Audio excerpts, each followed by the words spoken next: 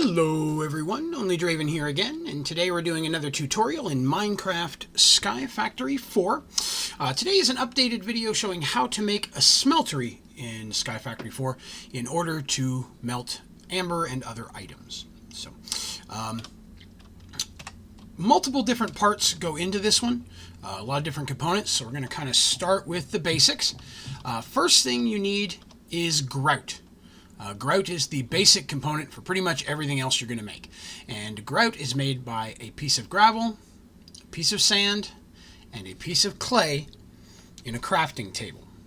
Now, once you have a piece of grout, you're going to place it inside any type of furnace. And once that cooks, it's going to cook into a seared brick. And seared bricks are how we build everything else. So again, that's gravel, sand, and clay makes grout, and cooks inside of a furnace to get a seared brick.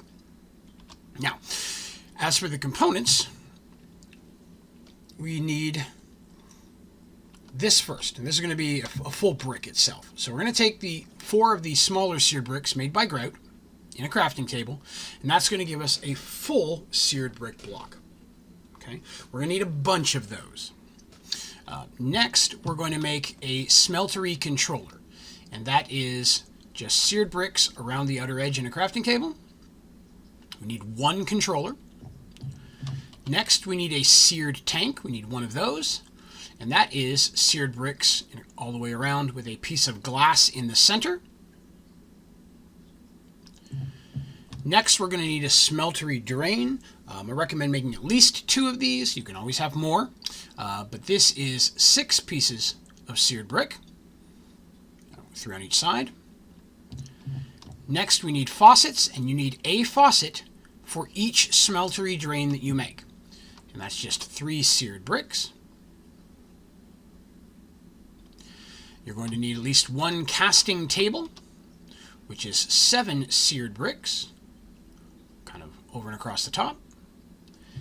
And at least 1 casting basin, which is also 7 seared bricks, but down along the bottom instead of the top.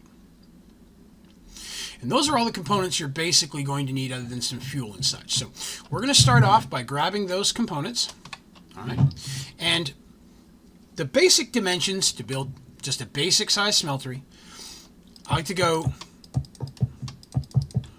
3 by 3, so 9 blocks on the base level, so that's underneath. Then you're going to kind of frame that on 3 sides with your seared bricks. Now in the front, we're going to put 1 controller and 1 seared tank. And we're going to use some more seared bricks to fill it out. Now that in itself will basically be the starting of your actual smeltery. Now, you can increase the height of your smeltery just by going up another level. And the more levels you take, the more ore or metal smeltery components it will hold. Now, on this second level, though, is where we're going to put our smeltery drains. I recommend putting 2. I usually like leaving a space in between, and then putting a brick in the center. Now, on each of those drains is where you're going to put a faucet. This is where your molten metal is going to pour out from. And then underneath is where you put your different castings. So I'm going to put a casting basin there and a casting table there. And that is a smeltery in itself. And again, like I said, you can take it up additional levels just by putting more seared bricks up high as you want to go, kind of thing. And that's just going to give you more storage space. So if you come to your controller and you right click on it, it's going to show you the capacity of how much materials your smeltery is going to hold and how much is free space. Right now it's empty, so it's 144 ingots each capacity and free. Again, increasing the height of your smeltery will increase that number. Now, next we're going to need some fuel and something to put in there. So we're going to go ahead and you go to your seared tank and just right-click on it with a bucket of lava. That's your fuel. You can fill it up till it's full. Now, once it will eventually lower in fuel, you'll have to refill that occasionally. There are different ways of automating that, but just right-clicking with a bucket of lava is the easiest way just to get some in there. So next, when you right-click on your Smeltery controller, these squares up here on the left is where you're going to load your different ambers. And in Sky Factory 4, ambers are the primary forms of metal that you're going to melt.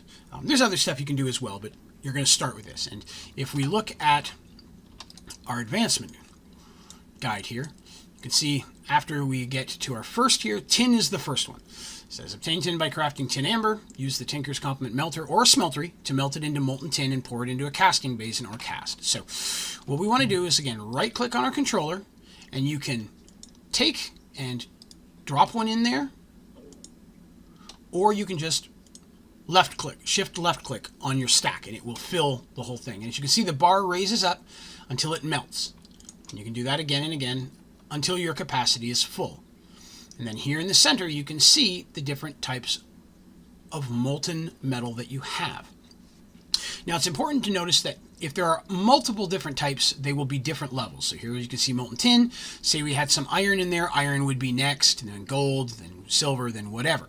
Whichever one you're wanting to work with, whichever one you want to pour, you just click on that one, and it will move it to the bottom, and that will be the one that you're using. And scrolling over it, as you can see here, it says 8 blocks. So it tells you how much molten tin you have in there. I have 8 blocks worth of tin. Now, it is also important to note that some metals, when combined in a smeltery, will form different metals themselves. So be very aware of that. If you're putting some in there, wanting your specific metal, it may change into something else based on what else is in there. So those combinations are things we'll cover in a later video. So now that we've got some molten tin in there, we're going to go over here. We're going to go to our casting basin. And a casting basin will hold 1 block of any type of liquid metal. And all you're going to do is right click on the little faucet. And that is going to fill it up. You can see it's tracking up there. And it is full. Now you see progress percentage. Once that hits 100% progress, you now have a solid block. You just right click. And now you have a block of tin, which can be used or broken up into ingots.